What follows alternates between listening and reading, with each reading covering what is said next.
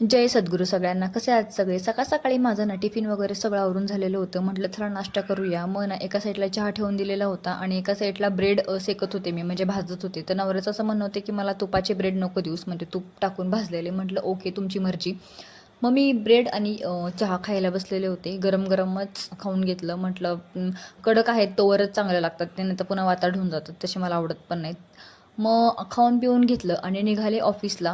मग काय इकडच्या तिकडच्या गप्पा मारत आम्ही निघालो ऑफिसला. वातावरण पण खूप चांगलं झालेलं होतं मस्तपैकी. पण काही 5च मिनटाचा रस्ता होता. त्याच्यानंतर संध्याकाळी घरी आले आणि यांना मी लिस्ट दिलेली होती बाजाराची, म्हणजे घरातलं जे काही सामान संपलेलं आहे ते. मग ते घेऊन आलेले होते. मग काय ते भरायचं काम चालू होतं. म्हटलं आहे त्या वस्तू ज्या त्या जागेवर गेलेल्या, म्हणजे कसं टेन्शन फ्री राहतं महिनाभर.